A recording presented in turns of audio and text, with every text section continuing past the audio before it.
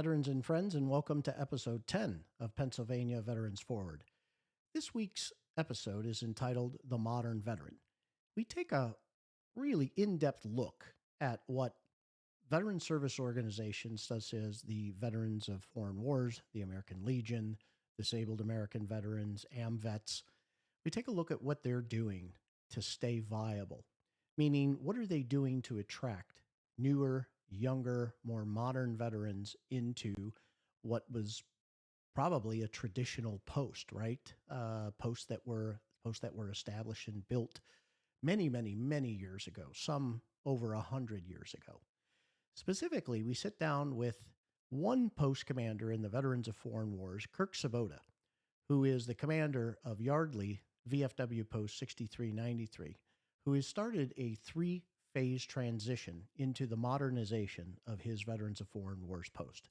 It's a great interview, got a lot of great pictures and some great guests. So without further ado, let's get right to it. Greetings, veterans and friends. John Otte here with Pennsylvania Veterans Forward, your host, and I'm here with Commander Kirk Sabota. Happy St. Patrick's Day to you, sir. And happy St. Patrick's Day to you as well. Awesome. We are at the Veterans of Foreign Wars Post 6393 in Yardley. And the reason we're here today is because, well, a couple of reasons, really. This post has been, the theme of the show is revitalization, post-revitalization, making people feel welcome and warm and wanted in a veterans community. And this post has really been the shining example of this. So welcome, Kirk, to the show. Really glad to have you here. And as custom on our show, we always ask the guests to give them a little bit about background about your military experience, how you came to the military, how you can then transition into the veterans world, and really what brought you to the moment we're at right now. Oh, great question. My journey in the military began with my father. He was a Marine in World War II. He fought with 1st Marine Division throughout the war. And then I like to say when I was about 18, I was going to enlist in the Marine Corps. And my dad said, pick your own service. He said, I was a Marine. You're not going to be a Marine. You go do something else. So I did. And I wound up being a submarine officer. And I served for 8 years in submarine force. I was a strike planner for Tomahawk, as well as on 2 different ships as a department head M1 and stuff like that. And I'm now proud to say that my son is back in the Army for a second time and going through basic training again, of all things. So that's kind of interesting. Yeah. And as far as your service, where'd you get to serve during your tenure? I served during the Cold War, and I also served during the Bosnian War. So okay, so you had the same crappy travel agent I did. Pretty lousy travel agent. That's exactly right.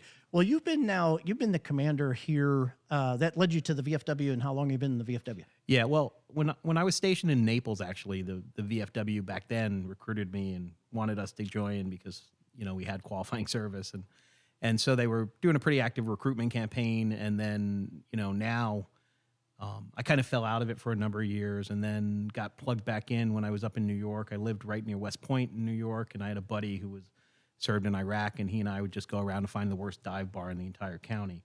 And that brought us to many VFWs. And, right. And as we went through that journey, I kind of said, that maybe there's something here. And then about 7 years ago, moved to Pennsylvania, lived here in Pennsylvania. About 7 years ago, I met a guy by the name of Russ Davidson, who was the former commander here. Sure. And I was very forthright with him and said, I don't want to sit around with a bunch of old guys and drink. I have more important things to do. I have young children. I got things to deal with. And he said, we're not that type of post. And he challenged me to just come check us out. My first time through the door, we were talking about things like veteran suicide. We were talking about things like how to properly file your report with the VA to get better service. We have 5 service officers at this post, and that's all initiatives he started as commander. So I liked the fact that it was different. And then I like to say I kind of took his ball and ran with it and continued it forward, and I'm proud of that. Sure, absolutely. And I can tell you this has been, full disclosure, I'm part of this district as well, have been to this post many times.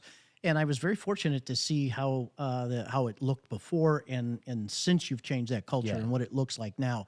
And I can tell you what a night and day difference. What was the driver? I mean, you became commander of the post. Was that kind of the what helped you drive the change for modernization of a VFW from the way it was to what it's become today? And don't worry, ladies and gentlemen, there's going to be a lot of shots here of the post, and it's an absolute beautiful place. But Well, thank you for that. That means a lot to me. Really, what drove it was the changing need of the veterans, and I kind of view the veterans. I'm in sales professionally. That's what I do for a living, and I kind of view the veterans as a customer. We need to retain customers. We need to promote a need for them to come through the door. We need to give them something more than just whatever it was we were giving them earlier. And I believe the global war and terror veterans and younger, even the Persian Gulf War and back to that era, they're not going to come in here for a $2 beer, at the canteen. If you have a canteen, they're not going to come in here for a handshake. Most of them are dual income. They're working hard. Their wives are working hard. The spouses are working hard if it's a female veteran and a male, sure. which is another dynamic you have to be able to handle. So we wanted to create a place where everyone felt welcome and everyone felt included. I took command 2 years ago, and I started immediately with monthly movie nights throughout the summer. We had concerts. And these were open drawers. The other thing I did was I got rid of and I retired the idea of let's have a barbecue. Yeah. The last thing you want is some sweaty guy hanging over your food. What you want is you bring in food trucks. So we brought in food trucks. We revitalized and focused on outreach and bring things to the post that younger veterans want. A younger vet is willing to pay $10 for a beer, honestly. It's not. It's about the experience. It's about the experience. Yeah, and the benchmark I use, because my wife is a designer and works in communications, is if my wife didn't feel comfortable in this place was not doing its job right. And fortunately, she's been a very critical eye for me and helped me see the things I didn't see. And she pointed out things we need to improve. And we've been working really hard at doing that. We did a complete rebuild. We're in our 13th month since we started the remodel. We're completely done with the main space. And like you said, John, you'll show pictures of that. So that's great. But, from the ground up, we got rid of Grandpa's basement. That's what the line I used to sell everyone on the concept that we needed to do this. We did it revenue neutral. So we wound up doing it off our income and not having to tap into our reserves. So I'm very proud of that too. It's not like we spent money we didn't have or something crazy like that. Yeah, for sure. We had a fiduciary responsibility to keep the money for where it's needed. And then lastly there was a healthy eye to the aesthetic, and as a submariner, we always say that every horizontal surface is a death sentence because it's a place where debris collects and dust collects and everything. I remember you explaining that to me. And so, I got rid of probably 600 shelves in here and that were filled with stuff from 1962 and 1972. And we're trying to make a curated experience. One of the other things we're doing, we're still toying with how to properly execute this, but we're going to work towards having frames that we change out. And maybe we have for 1 month, we show those pictures from the Vietnam era. For another month, we show Korea. We're trying to figure out ways to be all inclusive for younger vets, older vets. Every vet has a home here. But at the same time, we also want it to be, I don't want this post to die because of lack of interest by younger vets. And to be honest, my son, who, when he was going through basic training in AIT back in 2015, I asked him to talk to his friends and say, what would it take for you to go to a VFW? And I listened to what those guys said, and they taught me a lot because, he wrote up about a 4.5-page white paper. Who assigns a kid a white paper to do? Right. But well, that's good though. But you know what? That's great because you're getting the feedback. You're getting live feedback, especially from your own family and from younger veterans and their experience. Yeah. Let's talk a little bit about. So I'm assuming it was all roses and easy going, and there was no pushback. Talk about a little bit about the journey on you had because you had some significant challenges. Yeah, we absolutely had challenges. There was a very strong contingent of not only members, but social members as well within the organization who just didn't believe we could change. They didn't believe we could evolve. And when I took command, and people knew kind of my mantra because I'd been saying it when I was a trustee earlier, and I'd been saying the call for the need to change. And then when I assumed command and was elected into command, what I started with, and then the first sentence, probably the first paragraph I said as commander is, if you're not thinking about how this post is going to be relevant 100 years from now, you're not in the right post. Yeah. And that's what we need to do.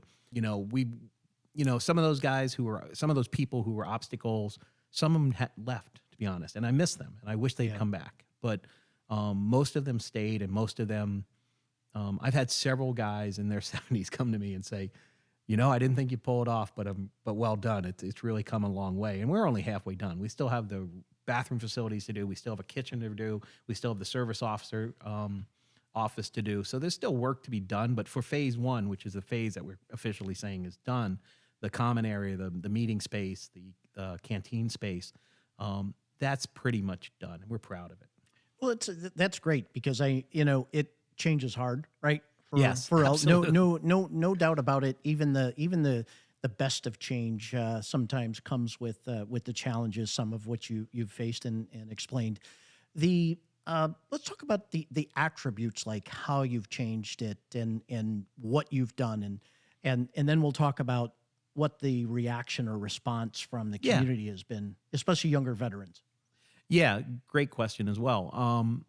Physically we changed it. We kind of took the idea and the design idea, kind of like a bohemian Soho esque experience. We were fortunate. We discovered we had exposed steel in the ceiling when we took down the yellow from 30 years of smoke, Right.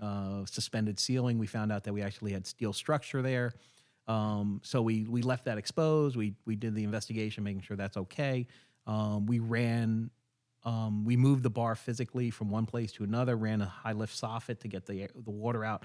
There's only two things we actually paid for. Everything else was done by our team, which is amazing. We had about 15 Really? or 20 veterans come in, all different ages, and all different levels of technical skills. And every one of them was critically valuable. Even if we have a couple guys who didn't do a ton of work, but they were really the critical eye to say, hey, this isn't straight. Hey, have you thought about this?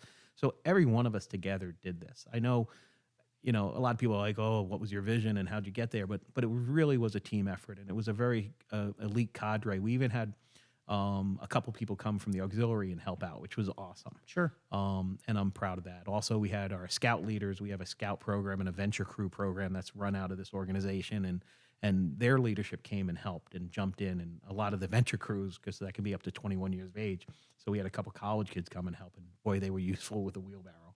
And, we really focused on making this place the best it could be. And we looked at each wall, we looked at every surface to decide how to make it better.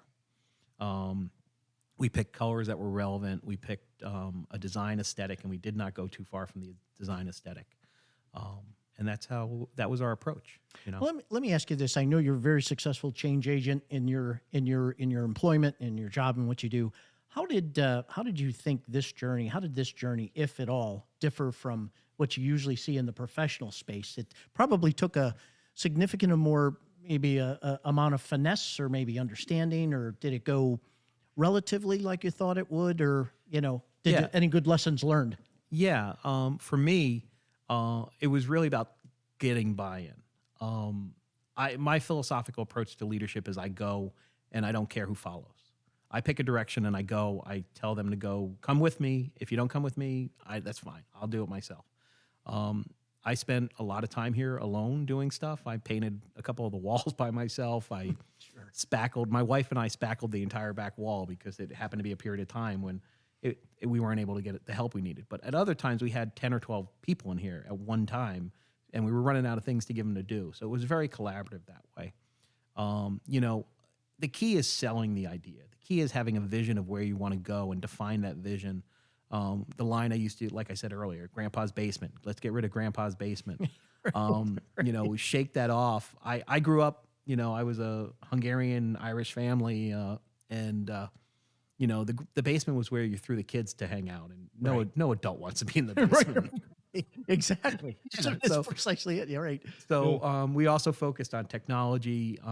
We got rid of cable TV, and we brought in streaming systems. We made sure it was easy access for the Vietnam guys and older. Because some of them don't know how to stream and they don't know how convenient streaming is. So we made sure we made all the instructions visible. We had very generous donations.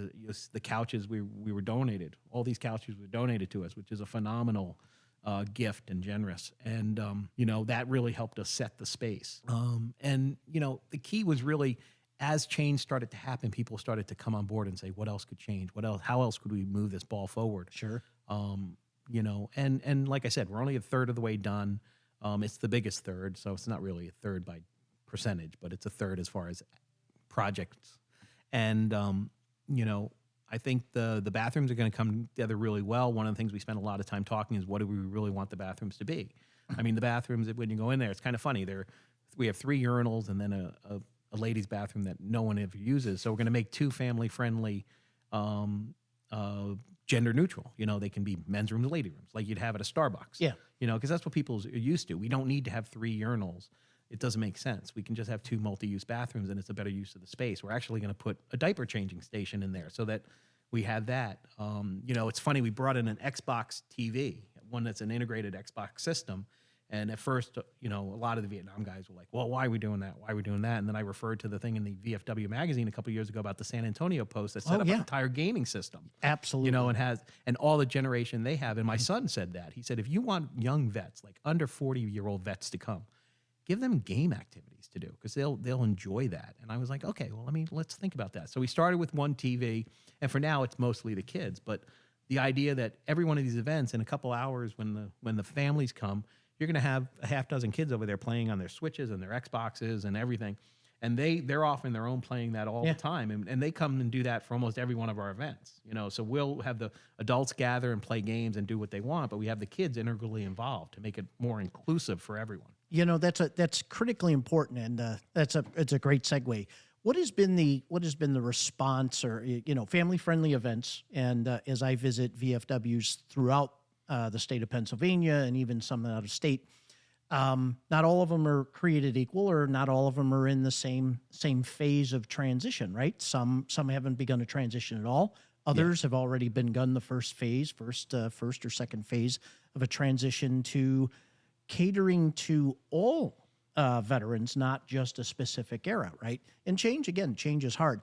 What's the response been for the community now? Just so everybody knows, this post has enjoyed a very long time connection to the community. Yes. Been involved in the community for a long time, always has been a VFW first, done an incredible job. The previous commanders have done an incredible job with that. Since this new transition and making this family-friendly, a more family-friendly approach that caters to all era veterans, what's the response been from the community? Yeah. Interesting you say that, because I would propose as a counter story, there was a time when this post was family friendly. There was a time when there was a pool in the backyard. We have 3 acres of land here, and there was a swimming pool. And it was a private club that all the members would sign up for and come, and their families would come here. They'd hang out. They'd go swimming in the community pool, so to speak. It was a private pool for the post. And neighbors have told me that they weren't kids. Their kids would swim in it too, so it's kind of funny. So there was a time when the Vietnam generation had their teenagers and their 10-year-olds that this was a very family-focused post. And then kind of that migrated as those kids became adults, and those adults went off and had their own families. And it kind of went through this narrowing at the waist, where it kind of went to just being a adults-only type experience. Sure. And so I think I'm just revisiting something that was already in place. We are, Yardley, Lower Makefield is a very family-centered community. We, from the school system, we support the school system. We work with the junior ROTC at the high school, give them a medal and all that type of stuff to kind of promote VFW stuff. Great connection to the community, especially if you want to keep your connection in there, right? Reward the kids for great work. And I know you're really connected into the VFW programs of our Voice of Democracy, Patriots Pen. But I guess a more accurate question I should have posed is, what's the reaction been from the younger veterans? Because there hasn't been an influx of younger veterans for a few years. Yes. Actually, I was just talking to my quartermaster, and he had said he didn't remember more than 1 or 2 vets joining a year before I took command. And we've had, 15, 20, whatever it is. I mean, which is not a huge number in the big scheme of things, but it's a change in vector. It's, we had one growth curve, and now we have a new growth curve, and that's really helping us to create success. The other thing is, this is what I argue with the guy who runs the facilities. He and I always go back and forth. Do we build these great systems and great processes and great events like St. Patty's Day? We put this out here without any idea of who would show up. I bought almost 20 pounds of corned beef, 20 pounds of taters, and they're all cooking right in the other room, folks. But the thing is, do we build it without even knowing who's going to come? And we've migrated to smarter tools. We use Eventbrite, so we know people sign up for tickets, and we know who's coming, so we have a better understanding of expectations. But we're at the same time, we're very inclusive. Like a lot of the Vietnam guys are like, well, I don't want to know how to use Eventbrite. So, okay, well, just text me and tell me, hey, I'm going to bring 3 people. Right. And sometimes texting can be a challenge too, And right? you're Hey, right. You're absolutely can right. I just call you? Yeah, You yeah. know? But you've accommodated, you've allocated for that, right? You've prepared for that and say, we'll take care of you regardless of the communication channel. Yeah, one of the things we're really working towards is getting to a place where we have like a mentor-mentee program, because philosophically, you take the average Vietnam veteran somewhere in his early to mid 70s. There's not a struggle in my life. I'm in my mid 50s or so. I can't learn from listening to someone who's a generation ahead of me, and likewise for the 30-year-old who's trying to figure out the first time how do you struggle and stay awake for the 3 months that the kid cries all night. We can help there. Still no instruction book, folks. No, you're thinking about having children. No, there is 0 instruction book that comes with that, and no 2 kids are the same. So there you go. That's right. But it's kind of one of the things I said early on when I took command was I was talking to Russ again, the previous commander, and I was like, listen, I would love to create this kind of mentorship network and build this organization that we have mentors and mentorees, and we partner people up, and they on a recurring basis can talk about struggles, concerns, or even just have a fun time. The other thing is it's a club. It's not the military. It's supposed to be fun. So one of the things we try to focus on is fun. We're doing St. Patrick's Day. We're going to do the Kentucky Derby here, and that's going to be fun. Dress up for the Derby, we're calling it. We have the whole summer series. We do an event every year called Wrangler Fest. Last year was the inception year, and it was a tremendous turnout. We had 70 Jeeps show up, and we created these flyers, which is funny, and I would encourage any post command or anyone in post leadership to do this, because we're now replicating it with membership for our post. But we went around to parking lots, and I don't know if I'm telling people to break the law, so I apologize. Do it where it's allowed. Yeah. But every single Jeep we saw, we put one of our flyers on it, and we had 70 Jeeps show up with almost no other marketing first time out of the gate. That's phenomenal turnout for a first time car show. And Jeeps came from as far away as Lehigh, which is 100 miles away or 80 miles away. Yeah. So now we're taking the same idea of creating those flyers, and every time we see a car that has Army Strong, Go Navy, I'm high, Air Force, aim high. Well, they recently changed. Yeah, the Air Force changed their motto. Do you know it used to be aim high. Now it's may we play through. That's pretty good too. Well, I'm a huge advocate for the be all you can be. I remember the original cheesy commercial, and the new one. I don't know. It strikes. I can't smile. I can't help but smile when I see that. So, but we're gonna put those on every car we see, one of those bumper stickers or whatever. And if people complain, then we'll apologize and do all the right stuff. But my hope is I can raise the awareness of the community, because that's the biggest thing. Is so many people think it's grandpa's basement. And I'll tell you this, there's not one picture on that flyer that we made that isn't us having fun. It's a concert, it's a movie night, it's our 5K team, our yoga team. We every single week we host yoga with a great company called Megan's Foundation here in Absolutely. Great foundation, Megan's Foundation. Those that Megan's Foundation's contact information will be down in the description. Oh, thank you. Great. In the show notes. I wanted to ask you, so besides the incredible transition that you've made to socialize this with all era veterans, right? To make it family friendly, to have something that appeals to everyone. Yeah. Tell me about now your meetings. Why would an Afghanistan or an Iraqi veteran, aside from all the great social things that you're doing, which are incredible, which mean a lot, why would an Iraqi or Afghanistan veteran want to come to a VFW meeting and actually be part of the post? Good question. Let me tell you the story of a guy who just joined us. He had been to 2 other posts. He did not find a home. And then he actually had given up on the VFW. And his wife called, of all things, and said, hey, can I talk to you for a few minutes? I spoke to her, and I told her we were a different post, and I'd love to meet her husband. If you can give me his number, I'll give him a call. I called him up, and I sold him on the idea of, hey, come see one meeting and see why we're different. At the end of his first meeting, he came up afterwards to several other people who were Vietnam era and myself, kind of that age group. And he just said, you guys are so different.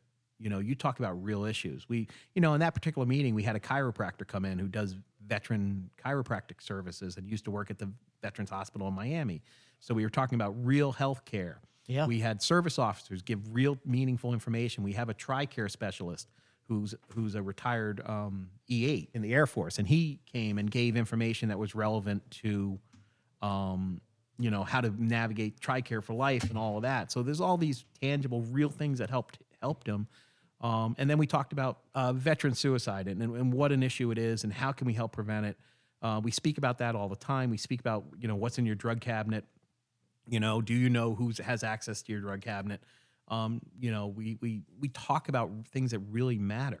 And that's the thing you get out of a good post. The other thing is we challenge people to be better. We have up here in Pennsylvania, it snows. So we have a Code Blue representative, and he's a veteran who has a passion for the Code Blue program here in Bucks County. And he every month talks about how many days of Code Blue they had and how many trucks they had to go out and pick up people and get the homeless to the shelter. Now, I don't care if they're a veteran or not. They're our neighbors. We got to take care of them. We got to make sure Absolutely. they're safe. I don't want anyone to, in the 21st century, people should not go hungry. They should not have access to warmth. Amen. I believe that we can accomplish this. We put a man on the moon, for God's sake. That's absolutely right. Yeah. So, Kirk, as we wrap up here, what would be your counsel to veteran service organizations, whether it be VFWs or AMVETS or the American Legion specifically? What would you counsel them to do as they perhaps are entertaining this journey for transition? To transition into a modernization or to appeal to the modern veteran? Yeah, I think my first suggestion is get some champions. You can't change one thing about what happened yesterday, but all you can do is change today and tomorrow. So find some people who are interested and see your vision, bring them alongside, and then let them work on creating a consensus. And that really helped here. I just said, I'm going to go. If I have to do it all myself, I'll get it done. And very quickly, I had, like I said, 25, 30 people willing to jump in and help. And some of them jumped in pretty deep. There was some pretty serious work being done. So that's the first thing. And then the second thing I'd say is it's not everything in the world evolves. And people are like, oh, this is the way we've always done it. This is the way we've always done it. An obstacle to evolution is to live the life of a dinosaur. And to be the dinosaur, you're not evolving. Yeah, now, for sure. My 75-year-old brother texts and does all this stuff, and he streams.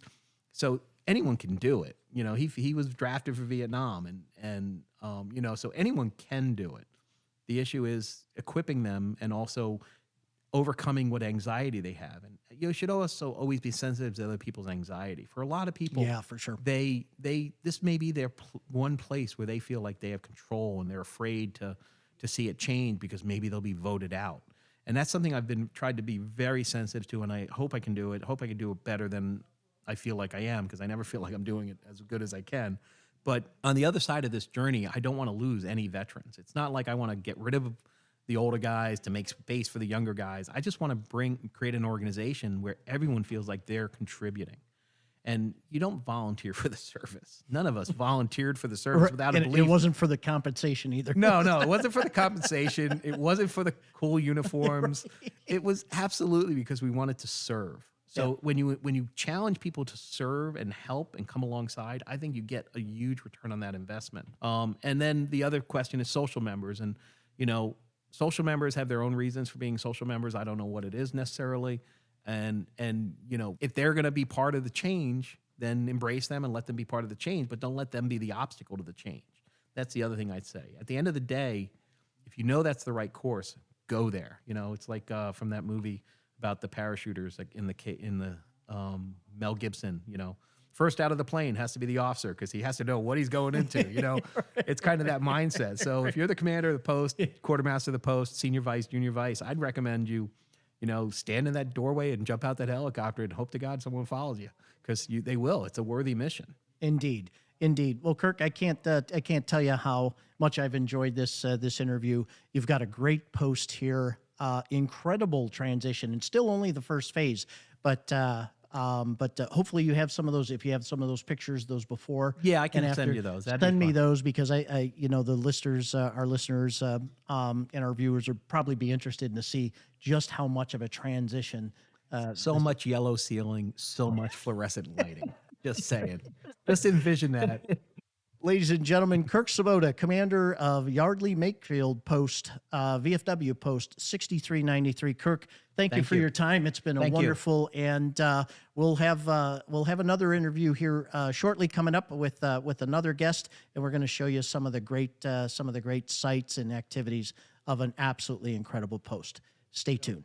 Thank you. Our next guest here on Pennsylvania Veterans Forward, still at St. Patrick's Day here at Yardley Makefield Veterans of Foreign Wars Post in the beautiful state of Pennsylvania. I'd like to welcome to the show Pat Pico. Pat, welcome home, brother. Thank you, John. Yeah, good to have you here. It's great to have you here. Pat's a Vietnam veteran. Pat's a longtime member of this post, right? Yes, I am. Yeah, and I really, it's incredible to see the post. Of course, I've been involved with the Yardley Post for a few years since I've been in the VFW. But I can tell you, and it's an amazing transition to see what's happened. So, tell us a little bit about your background on Pennsylvania Veterans Forward. We always have our guests talk a little bit about their background and who they are and their military background and how you came to be involved with the VFW and what brings us, here to today. Well, I'm a Vietnam vet. I was in Vietnam for 66, 67. I was with the 199th Infantry Brigade, an infantryman with that. Spent 2 years in the Army, was drafted. Got out of the Army, and I've done a lot of things from being a truck mechanic going up to teaching school. That's quite a career. How long have you been involved with the VFW? About 18 years now, I think. It did. What I was talking to some of the guests that are attending the gathering here, and some of your brothers and sisters who were Vietnam veterans as well. And I asked a couple of them. I said, what was your experience when you came home from Vietnam? Were you welcomed with open arms, or are you one of those that 8 out of 10 Vietnam veterans that had a less than stellar experience, a welcome home experience? Well, for me, I was lucky. They flew me right to McGuire Air Force Base. I got in the middle of the night and was able to get out of there before any kind of hassles or anything. So I didn't have a bad coming back. I didn't have a welcome coming back. You couldn't wear your uniform on the street after you came back because you weren't welcomed by anybody on the street. But I just was able to deal with it, I guess. Yeah. Yeah, that's I've had a fair number of Vietnam veterans that have said, when I came here, I had a really bad experience. Talking to one guest here today, he said, I didn't let anybody know I was in the service for about 20 years after I got back because it was, he called it kind of being in the closet about being in the service, and that's unfortunate. No veteran ever should have to be ashamed of their service. Regardless of when they served. I would agree with you, John. I didn't talk about Vietnam to anybody until I joined the post. Okay. I never felt that I could. Yeah, and that's really something because society, back then society was, unfortunately, there were a number of veterans that had been in wars that previous to Vietnam that had strong opinions about that, and unfortunately there were some of them that were not welcoming, right? Oh yeah, a lot of them. I mean, we were the outcast in Vietnam, with old vets, with the civilian population, everybody. It was a war, the first war that was ever covered by the news media like it was. Yeah, for sure. I wanted to, Pat, get your, we had Kurt on earlier and he talked about the transition. So it's, I was teasing him and I said, there's, it probably went off without a hitch, right? Everybody was agreeable. Everybody was, being a longtime member of this post and seeing how, seeing from where it came from and to seeing what it is now. Talk a little bit about your experience during this journey over the last 13 months. Well, when I came to this post, it was kind of dingy and, you were welcomed, but there wasn't a good camaraderie. And then when Kirk became president or I'm sorry, Commander. He had this vision, and a lot of us went with it. I liked his vision. A lot of the older guys did not. So we started the transition. We took out the old bar, took out the ceiling, took out everything in here, and just started anew. Everybody chipped in, as many people that could chipped in to help. And this is where we're at now. And the old people come in who were against it, and their eyes just light up. Yeah. Yeah. For you, Pat, what was the one or two things that you'd said, you know what, this really made a difference, that if you had any doubt at all, or if you had any uncertainty at all, what can you point to now and say, man, this was a really good idea? Well, the bar and the bar top. It's something if you could get a shot of. Oh, it'd be absolutely. Great. I mean, it's got everybody's patch on it from Second World War, Korea, Vietnam, and even the later campaigns, you know, and everybody is proud of that. Yeah, without a doubt. This place is absolutely beautiful. You'll be able to see some shots here that we're showing now. Just an absolute great place. And if if you had seen it from where it came from, to where it is today, what do you like about it now, Pat? Is terms of if a younger veteran, a younger Afghanistan or Iraqi veteran was sitting in front of you, what would be the one or two things you'd say, hey, come check out the Post? These are the things that are really catering to veterans now of all eras. Well, first thing I would tell them is that it's a very friendly place, and that it's not what a lot of people think of a VFW over the years is a place to go drink cheap. You're welcome here. Your family's welcome here. It's a great place. We do things for the community. We have summer events. We have car shows. And it's just a wonderful place to come. It certainly is. You've had really good commanders over the years. Kirk had a vision, and I think he said, hey, this is how we can transition the Post. This is how we can migrate the Post from having a single focus to having all veterans are focused. All veterans are important focus are important thing. And you've really made it a nice family friendly organization. Not that it wasn't before, but wow, what a difference in the decor here, as you could see. And it's just a lively hopping place. It looks like a modern day sports bar. Yes, it is. I mean, the TV's all around, all different things can be on them.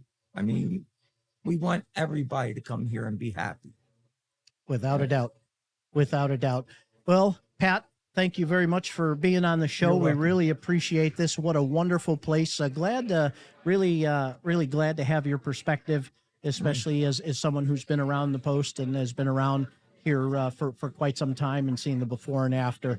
So Pat Pico, ladies and gentlemen, here on Pennsylvania Veterans Forward. Okay, our next guest on Pennsylvania Veterans Forward, again, happy St. Patrick's Day here at the Veterans of Foreign Wars, the Yardley Makefield Post 6393.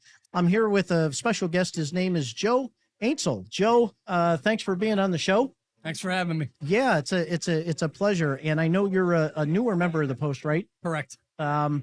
You have a very unique perspective on VFWs, and I know you're an Iraq or Afghanistan veteran? Iraq? Great. Well, thank you for your service, brother. That's first and foremost. Tell us a little bit about how you got involved with the VFW and kind of the journey that led you here.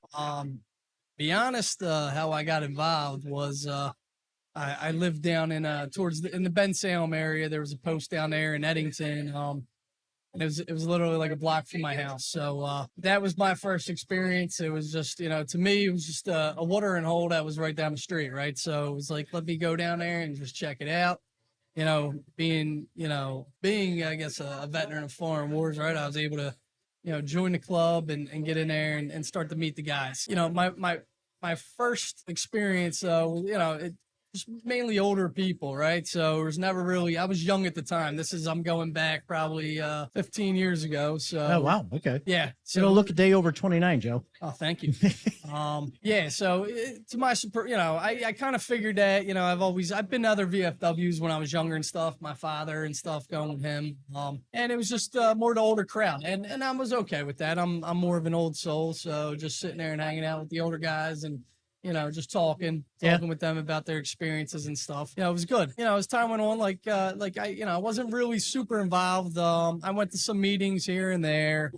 They were trying to bring me in and get me to do a bunch of things. And at that time I was still young, still, just starting a family and going to school still and working full time. Just, I didn't really have the time for that. Fast forward a little bit farther, I got married, had kids, and joined another post, and the same thing. It was an older crowd, and the one thing that I noticed though was that the majority of the crowd, when they would have their meetings, right? Okay, so now that I'm here, the one thing that I noticed when I came here and I sat down for a meeting with the members is they had about over 40 people that were here. It was a packed house. Probably a lot more than you were used to at those other two boats. Right. I mean, this last one, they had a guest speaker here from the Mayo Clinic, or not Mayo Clinic. I don't want to speak out of terms, but and he was in Iraq. He was a combat medic, and he was he has his own chiropractic business, and he was up here talking. But everybody got up, and they had people that were addressing all the issues that veterans face when it's anything dealing with the VA or benefits and stuff like that. So they had many people speaking on these various topics, which was brand new to me because coming from those other posts, I never really saw that. Yeah. When I would show up to a meeting, they were lucky if they had 10 people that were there, and it was just, they didn't have the resources that they probably have here due to the amount of people that they have here. They got people here that are working with education, benefits and this benefits, acting as BSOs and things. So did you get the feel that the focus was more on the bar and the canteen and the social aspect than it was for the veterans in the community? It was, and it was more so. Yes. It was more so that it drew in more of a social member side of the house, and a lot of the times when I would show up to the VFWs, it was mainly a lot of social members that would be there. Yeah. And there wasn't too many veterans. It was, and I get it. So let me ask you this, Joe. What makes this post? And I know that we talked about Kirk and I talked about the transition, and I had Pat here just right before you got on. What makes this different than other VFWs? And if you had an Iraq or an Afghanistan veteran in front of you, and I still understand that you still serve today in the National Guard as well. Correct. What would you tell your troops, your young troops today, say there's a difference here and why? There's a difference here and it's mainly because they have the members, they have the resources, because of all because of all the people that are here and the various resources that they got, they're able to have them. And that's truly what it comes down to. I mean, it's just, who you got in there as far as membership. Not to fault these other posts, they're probably trying to recruit people just as much as the next post, right? There's four posts in Ben Salem, as you know. You got Andalusia, you got Eddington, you got Bristol up the road, you got Levittown, yeah. Fighting for the same pool of members. Same pool of members. I mean, and everyone, even that first one I joined Eddington, I brought some people in there as well that deployed with me, and and they were excited about that. But I think we were still younger at the time. We had just gotten back. It's they really were, they wanted my one buddy to be like the vice commander right out the gate. Yeah.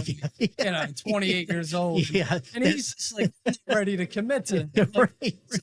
They got to understand. I understand that from all my trips to various VFWs, it's harder to draw in the younger crowd. And that's something that I'm seeing here that they're trying to do. They're holding a lot of different events. I mean, we're here for St. Paddy's Day celebrating right now. They got movie events coming up, concerts. They do a lot of work with, there's various hunting clubs that associate here. And so there are things that would, be of more interest to the younger crowd, right?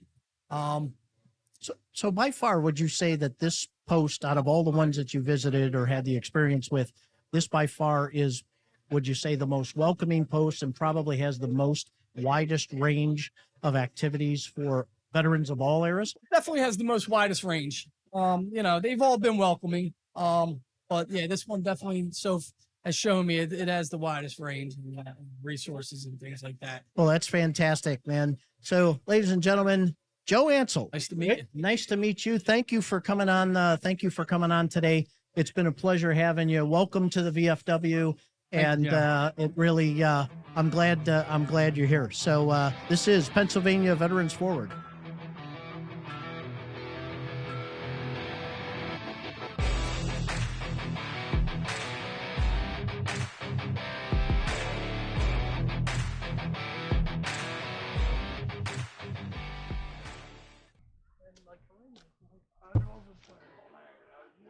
Yeah, VFW, what's good?